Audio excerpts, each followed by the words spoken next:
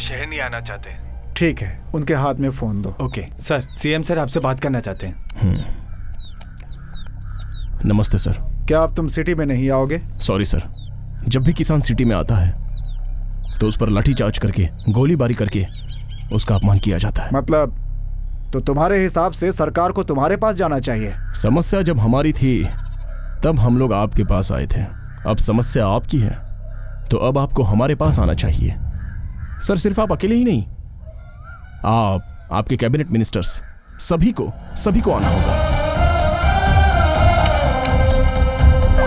Breaking news, आखिर में सरकार को झुकना पड़ा। अनाज की समस्या को दूर करने के लिए सरकार रामपुर गई है। किसानों के आगे सर झुकाने वाली सरकार। अब देखते हैं शिवराज की सरकार से क्या डिमांड है। नमस्ते सर। नमस्ते। क्यों कर रहे हो ये सब? तुमने जो कुछ भी किया है उससे कितने करोड़ का नुकसान हुआ है जानते हो? शहर के लोगों को भोजन नहीं मिल रहा है। थोड़ी सी भी इंसानियत नहीं है तुम में। ऐसा है तो किसान इंसान नहीं है? उन्हें कोई तकलीफ नहीं होती? आखिर तुम चाहते क्या हो? सर, आपकी नजरों में किसान का क्या मतलब है? सबके जैसा, वो जो जानते हैं वही करते हैं। क्या मतलब? मतलब मटका बनाने वाला कुम्हार, लोहे का सामान बनाने वाला लोहार, कपड़ा धोने वाला धोबी, जूता सिलने वाला मोची, उसी तरह खेती करने वाला किसान। मटके की मिट्टी किसानों की जिंदगी है, किसानों का औजार किसानों की मुख्य चीज है, कपड़े किसानों ने ही पैदा किए हैं।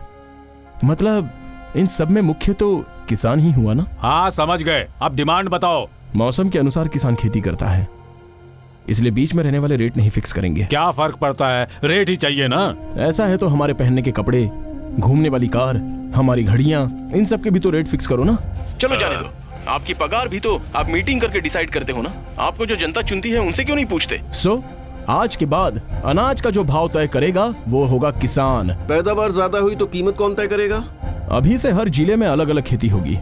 चावल, गेहूं, दाल, रुई, कपड़े, रेशम, क्या उगाना है इस बात का निर्णय किसान करेगा, और उनको किस भाव में बेचना है ये भी किसान ही तय करेगा।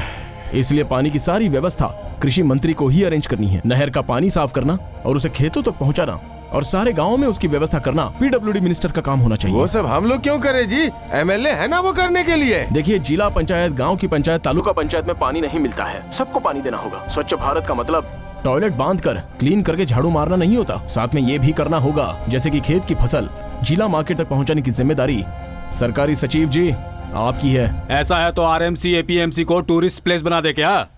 एपीएमसी यार्ड में किसान को खुद ही आना होगा। अभी से कोई भी किसान वहां नहीं आएगा, दलाल खुद किसानों की जगह आके लेके जाएगा। No mediators. नेक्स्ट, किसानों की लाइफ का इंश्योरेंस नहीं होगा, इसमें बहुत खर्चा आएगा। सभी डिपार्टमेंट में पीएफ और ग्रेच्युटी के साथ छुट्टियों के लिए भी सैलरी मिलती है। पे कमीशन के हिसाब से सैलरी भी ज्यादा होगी। इनमें से किसी ने 1% भी किसानों को दिया है क्या? देखो, ये फाइनेंस डिपार्टमेंट इस समय तुम्हारे सामने है, खुद ही डिसाइड कर लो। सीएम साहब, फाइनेंस डिपार्टमेंट आपके साथ है, आप डिसाइड तो कर लो। और आज के बाद बीजों को किसान ही बचा कर रखेंगे। आज से 3 साल तक खाद और दवा सप्लाई करने वाली सारी की सारी दुकानें बंद। अभी से कुछ भी होने दो, जैविक खेती होगी, ऑर्गेनिक। बड़ी बड़ी कंपनियां हमसे जुड़ी हुई हैं, तो उनका क्या करेंगे? क्या होगा बताओ? किसान की पैदा की हुई फसल गवर्नमेंट को देनी है, ऐसा एग्रीमेंट है क्या? नहीं है ना? सोच लो, अभी से भूखा मरने वाला किसान नहीं होगा। हाँ सोच लेंगे। Says special economic zone, multinational company, factory और भी बहुत कुछ। ग्रीन बेल्ट मतलब पहाड़ों के पास रहने वाली जमीनों पर कोई कब्जा नहीं करेगा। चाहो तो खराब लैंड दे दो ना। वो लोग नहीं माने तो? फ्री में दे रहे हो, नहीं माने तो छोड़ दो। नौजवानों के लिए क्या काम? कृषि को इंडस्ट्री के नाम से अनाउंस करो। कितनी फॉरेन कंट्रीज ने किया है। इसके लिए किसानों के बेटों को मानना होगा। इस काम के लिए किसानों की इज्जत करो, सब कुछ ठीक हो जाएगा। तो क्या हम किसानों को भगवान मानकर उनकी पूजा करें? तो गलत क्या है? किसान देश की रीढ़ है। इस प्रकृति को भगवान मानकर पूजा करने वाला देश है हमारा। इसलिए तो सूर्य नमस्कार करते हैं, भूमि पूजा करते हैं, पहली बारिश गिरते ही हल की पूजा करते हैं। ऐसे पूजा करने वाले किसानों को भगवान मानना गलत बात है? और कुछ नहीं है ना? है ना। लोन देने वाली बैंक्स किसानों की इज्जत की धज्जियां ना उड़ाएं। 24 आवर्स पावर रहनी चाहिए, और उसमें भी 12 घंटे डबल फेज, वो भी डे टाइम में। दिया है ना, एमएनसी कंपनी को पावर दिया है ना, तो दे दो। Land free, tax free, infrastructure free, power free. कितने दिनों तक? थोड़े दिन रोक दो, किसानों को दे दो। पहले गरीबों पर दबाव कम करो। उन बेचारों को 1 रुपए में 1 किलो चावल, ये भाग्या वो भाग्या कहकर किसानों के साथ धोखा करने से पहले रोको। 60 रुपए तक का चावल खाने के लिए किसानों का स्वाभिमान बढ़ाओ। और कुछ भी है क्या? किसानों का दिन, फार्मर्स डे। अब ये क्या है? इससे क्या होगा? सिटी में रहने वालों के लिए Father's Day, Mother's Day, Teachers' Day, Valentine's Day celebrate करते हो, तो फार्मर्स डे क्यों नहीं? वोट देने के लिए तो लोग दूर दूर गांव से आते हैं, तो किसानों के लिए एक दिन हल नहीं पकड़ सकते हो क्या?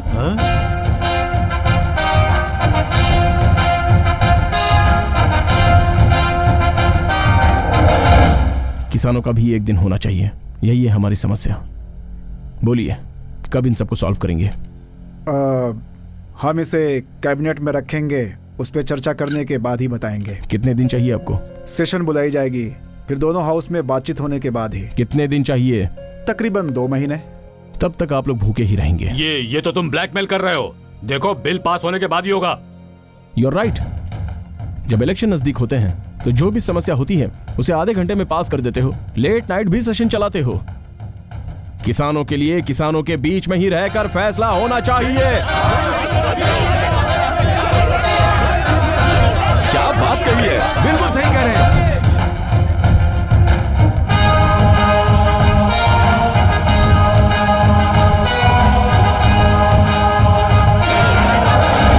शांत हो जाइए। Silence, silence. ठीक है, वी विल डिस्कस। अब सभी मंत्रीगण मुख्यमंत्री जी के साथ चर्चा करेंगे। अब हमें ये देखना है कि किसानों की 12 डिमांड्स का उनके पास क्या जवाब है।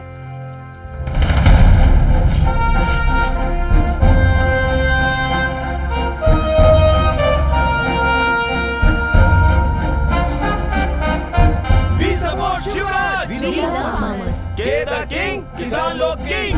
राज्य के कोने कोने से किसानों के लिए आवाज उठती जा रही है। विद्यार्थी अलग अलग गैंग्स बनाकर शिवराज को फुल सपोर्ट कर रहे हैं।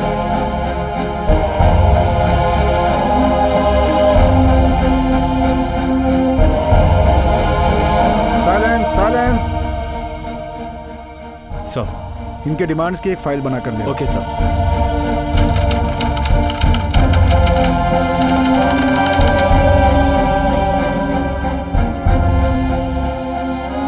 Shivraj is the chairman of this company. What has made him to become a farmer? Because he is a son of farmer. He is son of धरती का सपूत। फॉरेन में रहने वाले शिवराज के अंकल ने किया खुलासा। शिवराज धरती के सपूत के ही बेटे हैं। भारतीय इतिहास में किसानों के सबसे बड़े मार्गदर्शक, जिन्हें हम लोगों ने कई सालों पहले खो दिया था। उनके बाद किसानों का कोई मार्गदर्शक नहीं था। ऐसे हालात में किसानों का मार्गदर्शक बनकर उनका ही बेटा आया है।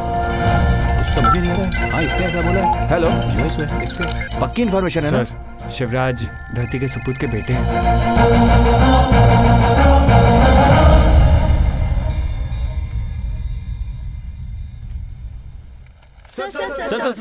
क्या ये सच है कि आप धरती के सपूत के बेटे हैं? बोलिए ना सर, बताइए सर, सच्चाई क्या है? धरती के सपूत का बेटा है। किसानों के भगवान का बेटा। सर, किसानों की समस्या सुनकर उनके बीच में आकर उन्हें सॉल्व करने वाले आप पहले सीएम है सर। सर, शिवराज जी के बारे में क्या कहेंगे? देखिए, इन्होंने अपने स्वार्थ के लिए कोई भी डिमांड नहीं की है। इन्होंने जो कुछ कहा है सब किसानों के हित में ही कहा है। किसानों के लिए इतना सोचने वाला व्यक्ति मैं पहली बार देख रहा हूँ। किसानों को क्या तकलीफ है, उनके परिवार को क्या क्या तकलीफें उठानी पड़ती हैं, ये समझाने का काम किया है इन्होंने सरकार को। इसलिए इनकी जो भी डिमांड है वो हमें स्वीकार है और हमने दस्तखत भी कर दिया। नमस्ते। शिवराज, राज्य में सारे किसानों में खुशी का माहौल है। आपको देखकर मुझे बहुत खुशी हो रही है। आपके पिता में जो गुण थे, उनका किसानों के लिए लड़ना, आंदोलन करना, उनके लिए खड़े रहना, ये सारे आदर्श आप में दिखाई दे रहे हैं। ये जनता आप में आपके पिता की छवि देख रही है।